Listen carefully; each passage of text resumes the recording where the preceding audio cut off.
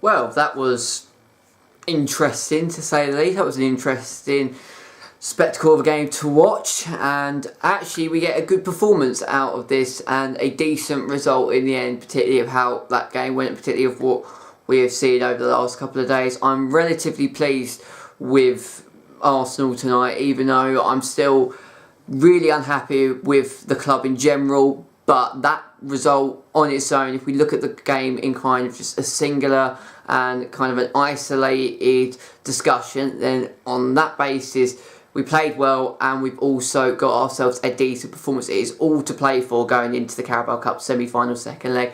And away at Stamford Bridge is never an easy place to go, and it's never an easy task to try and get a result out of it.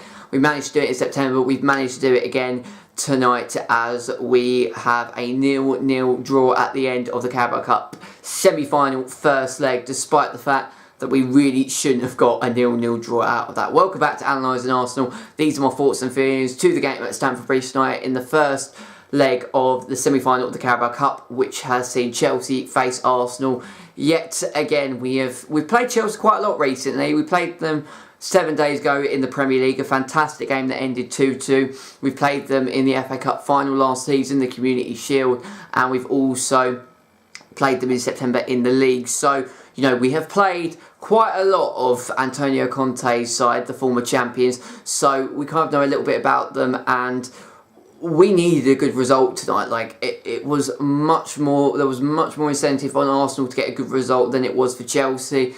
You know, and I just want to make one thing absolutely clear, because my last video absolutely is just exploded. A lot of you have seen that, so thank you so much for the support that you showed on it and the feedback, and I got to talk to so many Arsenal fans, you know, from doing that video, and it was just really, really nice, so thank you so much for that. But I'm not happy with Arsenal Football Club whatsoever. You know, I'm still upset and angry of what I saw on Sunday, and where the club is at this particular moment is not a good thing. You know, I'm not proud to be an Arsenal fan at this particular moment.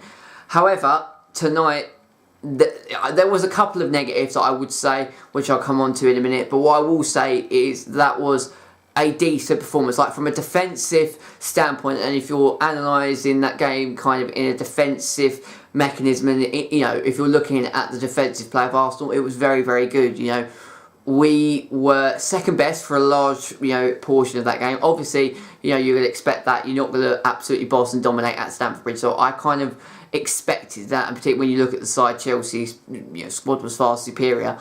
But, you know, defensively, we were very, very strong, very, very solid. A couple of hairy moments and a couple of times that we got a little bit lucky. But, you know, all in all, it was a good defensive display, you know, in kind of Arsenal's defensive regime, and the way that we defend, you know, has been absolutely ripped apart by me many times and by many other people. So tonight, I have to give them credit and you know, and praise of how they played, their character, of how they performed in that game. And from a defensive standpoint, it was a very, very good performance. Slightly frustrating how they can't do that every single week, but it was very, very good. It was a good defensive performance.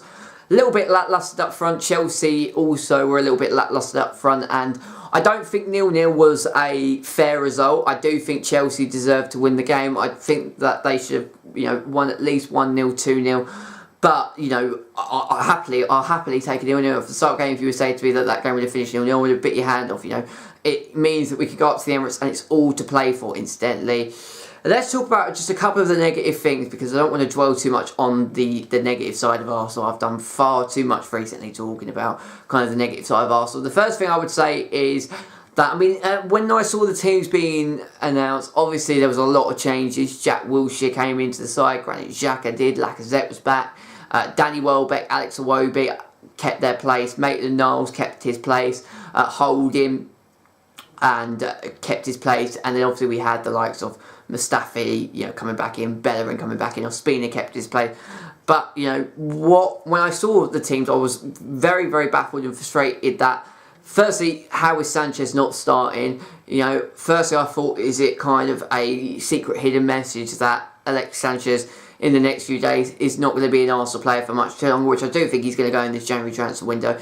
You know, the question is it's only a matter of like when rather than where it's going to happen and if it's going to happen. I do think it's going to happen, incidentally. Alex Iwobi, I still don't quite know how he's still in the side. You've obviously seen the story. that 24 hours before we played our FA Cup game against Nottingham Forest, Alex Iwobi was spotted, in a nightclub in a drug-fueled party, and he was, intoxicated and basically just having a crazy Saturday night out just before an FA Cup game, and he should be punished for that. I know it's an internal matter that Arsenal Football Club are investigating and keeping away, but they're basically rewarding Alex Iwobi's behaviour with a start in place tonight. And I know he's young, I know he's experienced, I know everyone makes mistakes now and again. Don't quite know how he's still in the side, but it's just one of those things. But actually, looking at it, I kind of can understand and agree why Arsene Wenger has decided to do this. Because if you remember the game at Stamford Bridge that we played in the league in September, Danny Welbeck, Alex Iwobi played in ahead. So you had Lacazette and Ozil and Sanchez. Ozil and Sanchez were not in the starting lineup, and that is because Danny Welbeck and Alex Iwobi track back and defend as a unit, and also can give you something going forward. Sanchez and Ozil were not really known and used to doing that, so I kind of understood, and as the game kind of petered out, I understood why he did that, and in actual fact I kind of agree why he actually did that, because Iwobi did track back and did defend and helped out the unit, particularly as we were getting dominated by Chelsea in some stages of the match. So kind of a negative that turns into a positive. I don't agree that Alex Iwobi should have started. I think Alexis Sanchez should have started, but I can kind of see where he's coming from that, kind of contradicting myself. That was the only kind of real negative that I could pick out. Chelsea obviously had basically their strongest lineup. You could argue that Willian could have been ahead for Danny Drinkwater. Willian actually came on in the second half, but other than that, you've got the likes of Hazard, Morata, Fabregas, Kante, Alonso, Moses, Azpilicueta. David Luiz was out of the squad yet again. I don't think he's going to be a Chelsea player for much longer, but Christensen has proved himself, and actually he looks a very, very good talent, so I understood that. And going into the game, it was basically, I'm just going to go get the stats up. I'm looking on my screen right now. It kind of was a game that was a chess match. Chelsea, obviously being at home, had that home advantage, and at Stamford Bridge, it's a really, really difficult game, no matter what opposition you are playing at Stamford Bridge. And kind of Chelsea had chances. We had a couple of hairy moments, hairy chances here and there.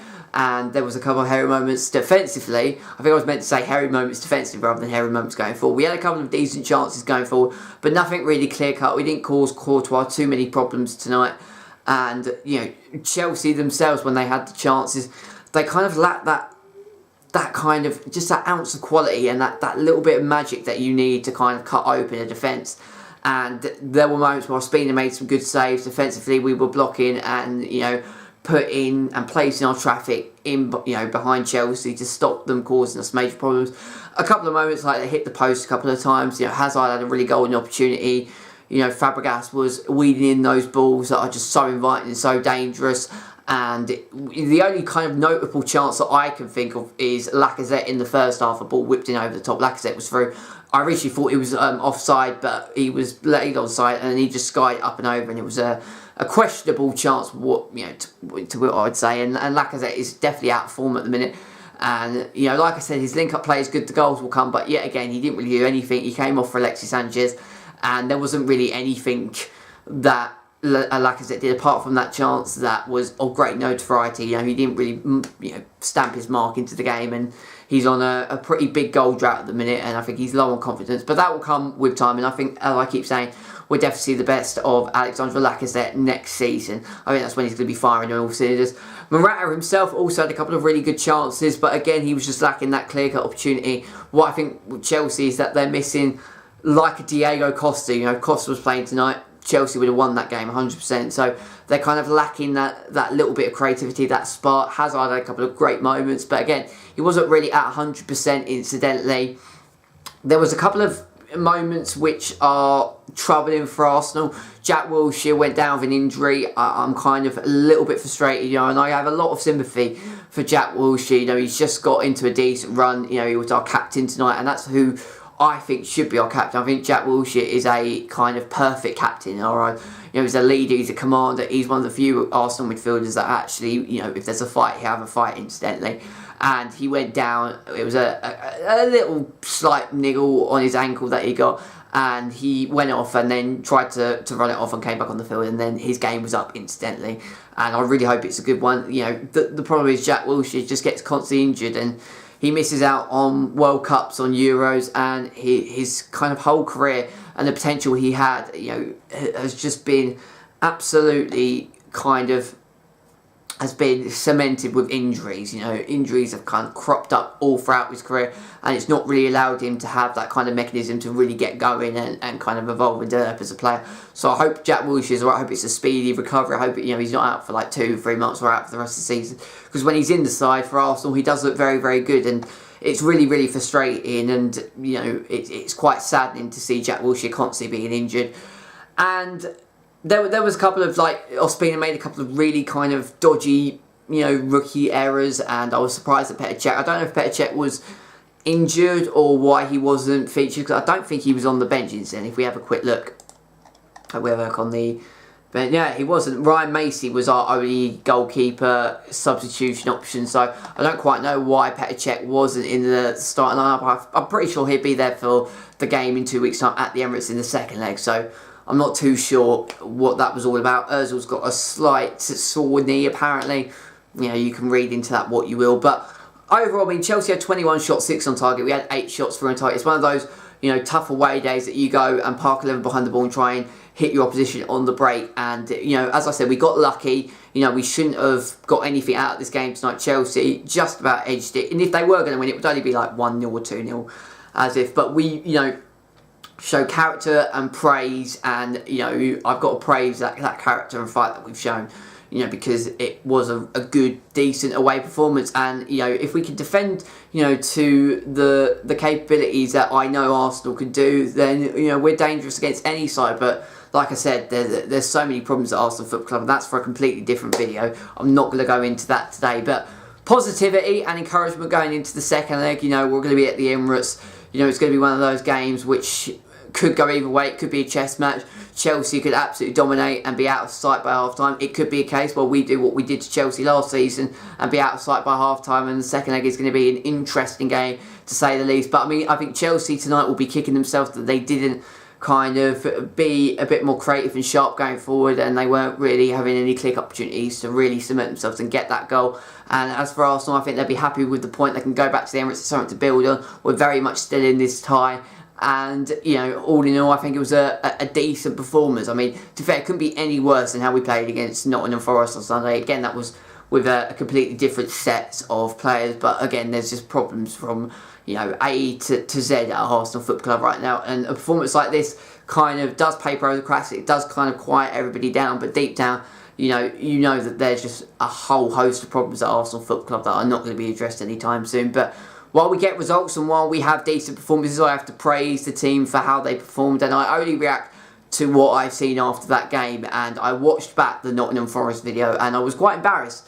Incidentally, I literally just lost the plot, and you know, it's because I love this club, you know, so much. You know, I live and breathe Arsenal Football Club, and when I see my team not perform well, and when I see my team just basically throw the towel in, it is the most infuriating and angering kind of, you know, thing to see as a football fan. You know, it's one thing seeing your team lose when they have not even tried. It is just, you know, it's rage-inducing to see something like that. But going into the second leg, it's all to play for. And I mean, realistically, if Manchester City, because they're 2-1 up ahead against Bristol City, you know, if whoever gets to the final is going to lose to Manchester City. If Manchester City gets to the final, they're winning it.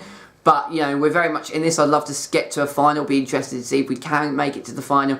And like I said, it's all to play for, incidentally. And that's really all I've got to say, really, on the matter. There's not really any big... The only other thing I'll say is that tonight was the first game that I've seen from an Arsenal perspective with the introduction of VAR. Now, VAR is interesting, right? And I kind of find it quite funny. There was a couple of moments. There was a penalty decision for Arsenal, which was a coming together between Moses and I think it was... Who was... So Moses came down the right hand side, Maitland-Niles, and Moses just clipped him, and then the referee didn't do anything by it, but then he stopped the game and was getting kind of, you know, a discussion and information from the guys that were, you know, in control of the VAR setting. And it literally is like that moment on X Factor where you're waiting for the winner to be announced, like in one of those reality shows or talent shows where you're waiting for the winner, and it's like, and the winner is, and then there's a delay, and it sits you like that, and it is the most frustrating thing ever, because I'm sitting there biting my nails and thinking, you know, is he going to give it? Is he going to give it? And there's like a 2-3 minute delay before the referee either gives the decision, or you know, it goes out to be a corner or a goal kick or whatever. And that happened for Arsenal, and then it happened for Chelsea. You know, Fabregas went down, and you know, a lot of penalties haven't gone our way, you know, incidentally, over the last couple of games. And it went out for a corner, and then Martin Atkinson stopped the play, and it was all this kind of X Factor final moment where you were waiting, is he going to give it as a penalty? And then it was just given as a corner. So VAR is interesting. You know, I kind of don't really see the relevance, because, you know, even with VAR and technology trying to help these controversial decisions, there's still going to be opinions, and like Conte thought it was a penalty, even though the VAR, you know, suggests and states that it isn't, and it still is using human control, and you know, it's human technology controlling, you know, computer technology to still make decisions. It just gives referees and fourth officials a better understanding and gives them a closer look to seeing if a decision should have been a decision that should have been given, or you know, against, rather than waiting to the end of the game and then looking it back and realising that that decision should have gone the other way rather than the decision it actually goes. And that has kind of, once the game has concluded, there's nothing really you could do. So I kind of think VAR is a good thing, but on the other hand, I still kind of don't really see the relevance. We're going to see it again at the Emirates in 2 weeks' time, and it was just interesting to say the least. It just reminded me of X Factor so many times when I saw that VAR decision. It was just putting fans through even more of a ringer than we already are. We're Arsenal fans, we're put through many ringers. I'm going to leave analysing Arsenal there for you guys today. A bit more grounded and much more realistic today. I hope you've enjoyed this video. If you have, please make sure to leave a like. Subscribe to the channel if you're new around here. We've got a whole host of subscribers from this series. So thank you so much for, if you've seen this video, subscribing to my channel. There's going to be lots of other content coming out. I know I've had a couple of days break from my kind of uploading 7 videos to kickstart 2018, but I'm going to be uploading another video Friday, and then videos will be coming thick and fast once again. So stay tuned on the channel. Make sure you have my notifications turned on so you never miss a single moment. Be sure to check out my other content as well. And this is your Bagpuss signing out. Take care, and I'll rejoin you for analysing Arsenal on Sunday as we face Bournemouth, as the Premier League returns after a break because of FA Cup action. Until then, I shall speak to you later. Take care, and I shall see you all soon. Goodbye.